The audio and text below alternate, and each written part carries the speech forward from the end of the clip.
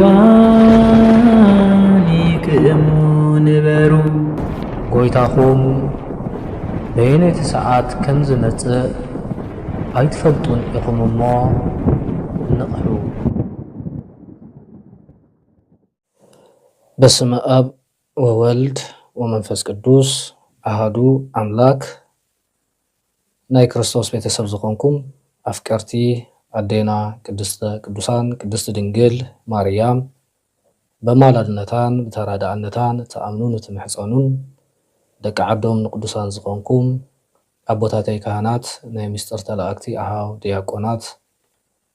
መዘምራን መዘምራት እግዚአብሔር አምላክ ደፍቅረኩም ህፃናት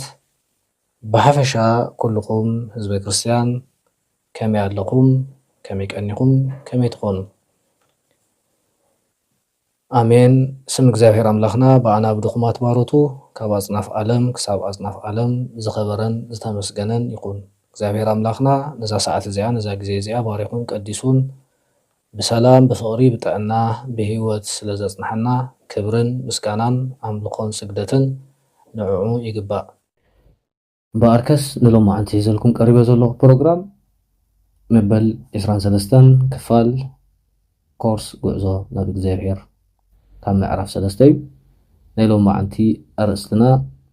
ንጸሎት ኣብ ቅድሚ እግዚአብሔር ኣብ ንቆመሉ ግዜ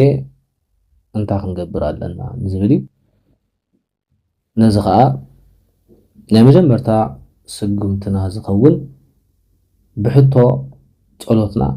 ኣይንጀምር ኩል ግዜ ገለ ሰብ ዝደልዮ ጥራሕ ክሓትት ትደሊ ኣቀዲሙ ማለት እዩ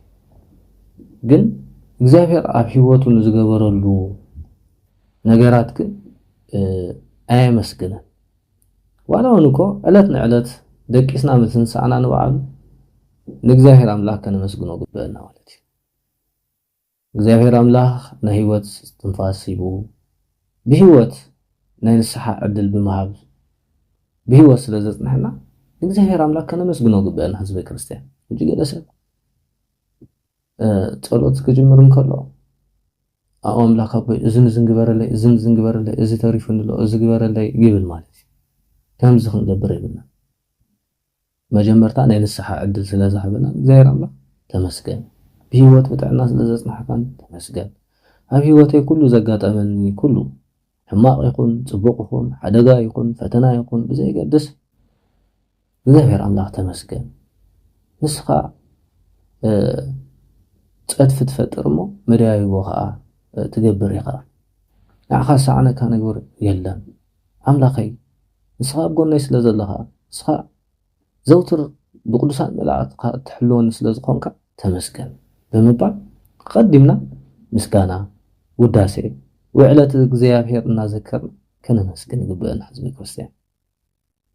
ክብርን ልዕልናን እግዚአብሔር እናዘከርና ስለ ውዕለቱ ክንውድሶ ግበአና ብድሕሪ እዚ ናብ ድሌታትና ክንኣቱ ንኽእል ማለት እዩ እግዚአብሔር አምላኸይ ተመስገን ክብር ምስጋና ንዓኻኹን ፈጣሪ ዓለማት ኃጢአት ናይ ደቂ ሰባት ይቕረ ትብል ንቁጣዓ ደንጋይ ንምሕረት ቅልጡፍ ዝኾንካ ይቕረ ባሕል አምላኽ ክብርን ምስጋና ንዓኻ ይግባእ ብምባል እግዚአብሔር አምላክ ከነመስግኖ ግበአና ህዝበ ክርስቲያን ስለዚ ኣብ ንልምኖ ከዓ ኩሉ ከም ተዋህበና ከዓ ክንኣምን ግበአና ማለት እዩ እግዚአብሔር ዝግበረለይ ኢልና ክንሓቶም ከለና ኣቀዲምና ከም ተዋህበና ክንኣምን ግበአና ተጠራጠርቲ ክንከውን ከዓ ይግባአና ተጠራጠርቲ ገለ እኳ ይረኽቡን እዮም ስለዚ ኣብ ጸሎትና ምስ እግዚአብሔር ከም ዘለና ኣይንረስዕ ጸሎት ክንገብር ከለና እግዚአብሔር አምላክና ኣብ ቅድሚኡ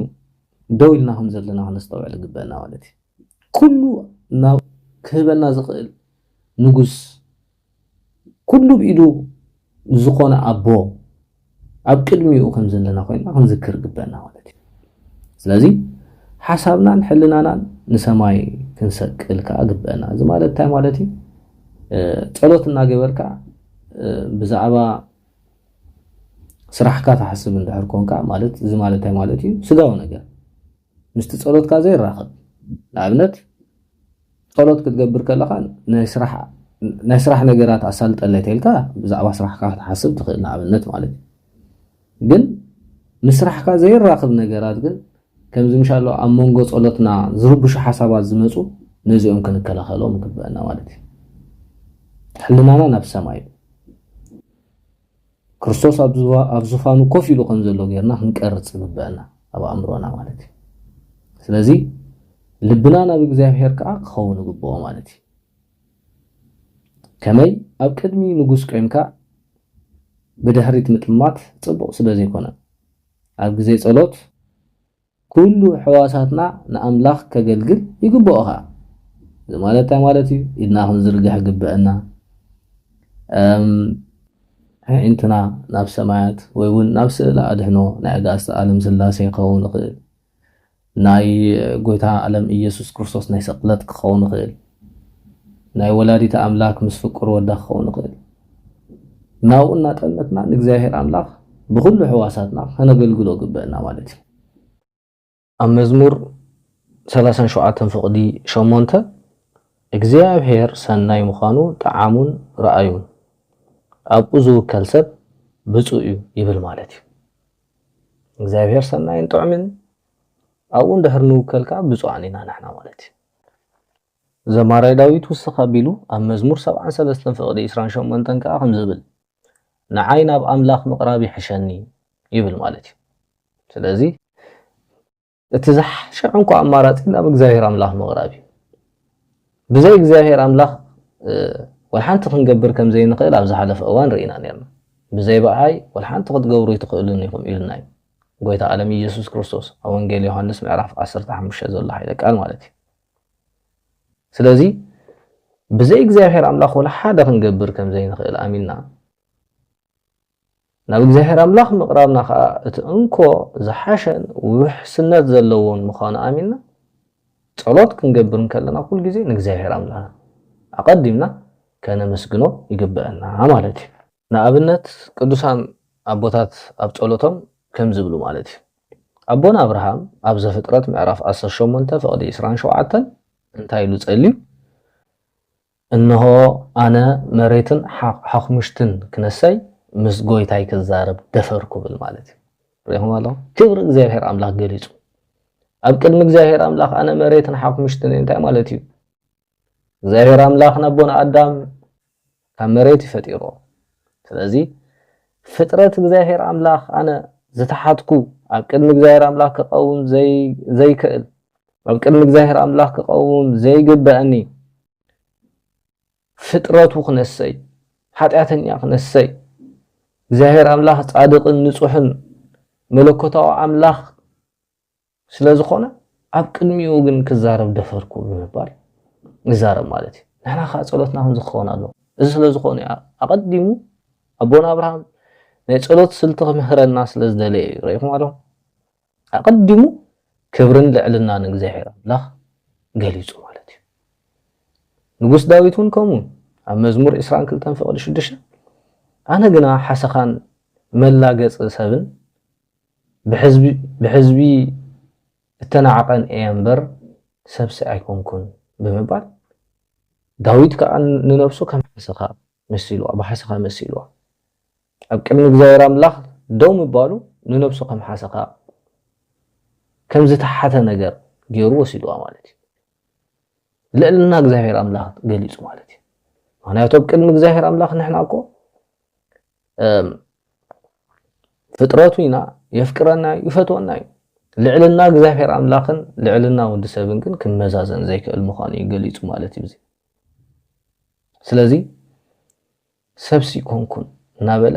ንነፍሱ ኣትሕት ኣቢሉ ንእግዚአብሔር ኣምላኽ ኣልዒሉ ገሊጹ ማለት እዩ ስለዚ ኣብ እዋን ጸሎት ንኻልኦት እውን ክንጽሊ ንኽእል ኢና ወይ እውን ብጸሎት ምድጋፍ ንኻልኦት ክርስቲያናዊ ተግባር እዩ ያዕቆብ ምዕራፍ 5 ፍቕዲ 6 ተገሊጽናዮ ከምኡ ክንረኽቦ ንኽእል ማለት እዩ ስለ ካልኦት ክንጽሊ ከም ዝግበአና ኣብ ቤተ ክርስቲያንና ጸሎት ኣብ ጸሎተ ቅዳሴ ማለት እዩ ሰራኢ ዲያቆን ዝጽልዮ ጸሎት ኣሎ ሓድነት ብዝሕብ ስጉእ እንደሙ ንልምን ኣሎና እናበለ ዝጽልዮ ጸሎት ኣሎ መጀመርታ ኣብ ግዜ ቅዳሴ ማለት እዩ ኣብኡ ከዓ ምእንቲ ዝናብ ንልምን ኣለና ምእንቲ ዝተኣሰሩ ንልምን ኣለና ምእንቲ ብባሕርን ብየብስን ዝነግዱ ሰባት ንልምን ኣለና ምእንቲ ዝሓመሙ ምእንቲ ድውያት ምእንቲ ኣብ ቤተ ክርስቲያን ዝሞቱ ምእንቲ ሊቃነ ጳጳሳት ምእንቲ ፓትርያርክ ምእንቲ ሰበስልጣናት ምእንቲ መራሕ ሃገር እናበለ ዝጽልዮ ጸሎት ኣሎ ብዓውታ ማለት ማይክሮፎን ምናልባት ሓደ እዋን ብግእዝ ስለ ዝኸውን ሓደ እዋን ካብ ትግርኛ ዝኸውን ከሎ ናላውት ኣይንሰምዖን ክንከውን ንኽእል እምበር እዚ ዓይነት ጸሎት እዩ እዚ ክርስቲያናዊ ስነ ምግባር ምዃኑ ዘመልክት እዩ ማለት ስለዚህ ንሕና እውን ሓደ ሰብካ ብውልቁ ምእንቲ ካልኦትካ ክጽሊ ይኽእል እዩ ማለት እዩ ስለዚህ ናይ መወዳእታ ነጥብና ካብ ምዕራፍ 3 ዝኸውን ኣበይ ኮይና ክንጽሊ ኣለና ኣበይ ኮይና ክንጽሊ ኣለና ስለዚህ ጸሎት በመጀመርታ ኣብ ኩሉ ቦታ ክንጽሊ ይከኣል ኣብ ዝኾነ ቦታ ግናኸ ካብ ርክሰት ዝረሓቕ ቦታ ክኸውን ይግብኦ ማለት እዩ ንጽህና ዘለዎ ቦታ ክኸውን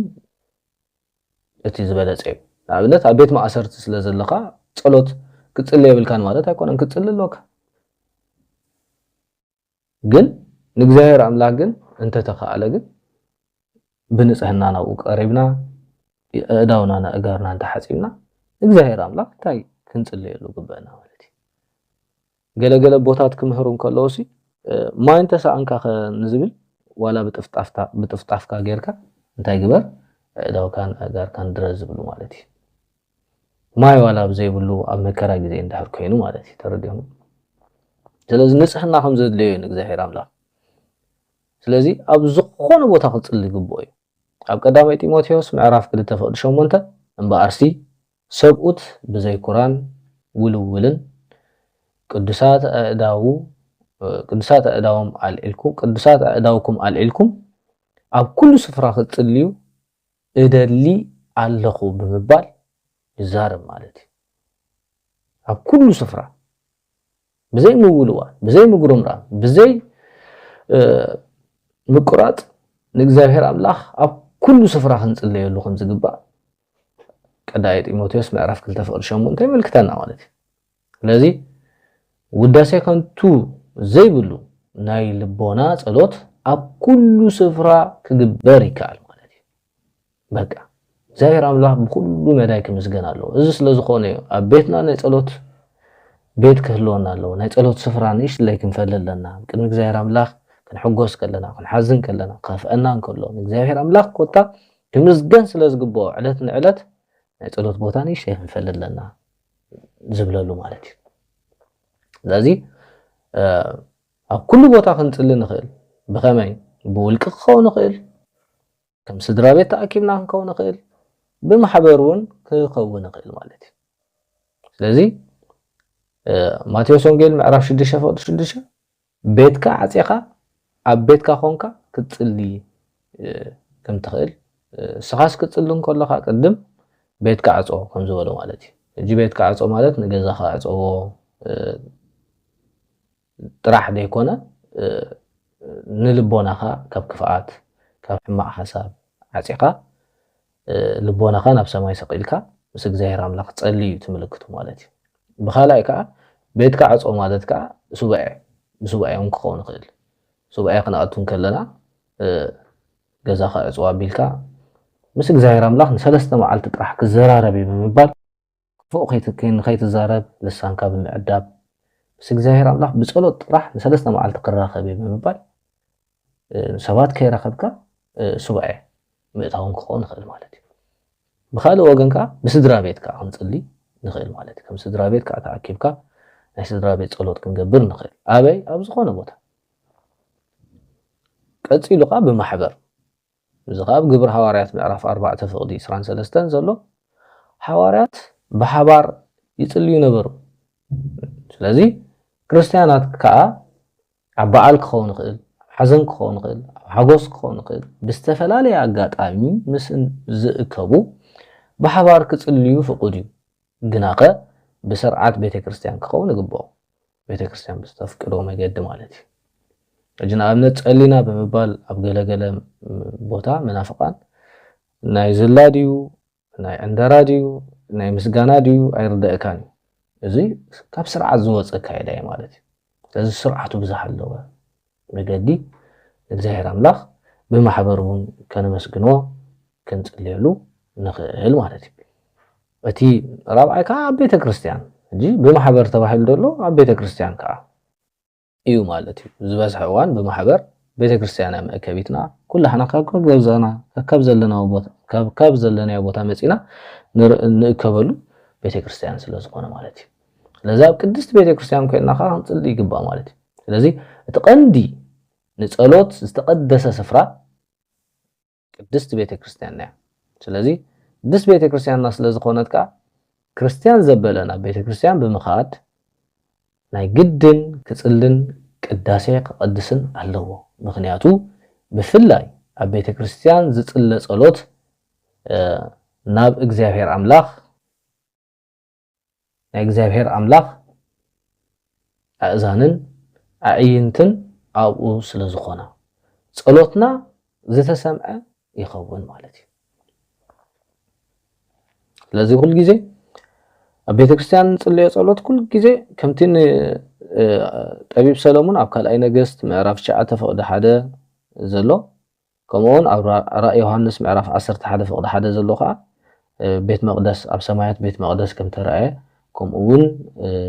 ኣብቲ ቤት መቅደስ ከዓ ታቦት ከም ዝነበረ ድምጽን ነጎድጓድን ከም ዝጋጠመ ከዓ ኣብ ራእይ ዮሐንስ ምዕራፍ 11 ንረኽቦ ማለት እዩ ስለዚ ነገስት ከዓ ንሰሎሞን ዘውትር ኣብዛ ቤት እዚኣ ኮይኑ ዝጽሊ ኣብዛ ቤት ጥራሕ ደይኮነውን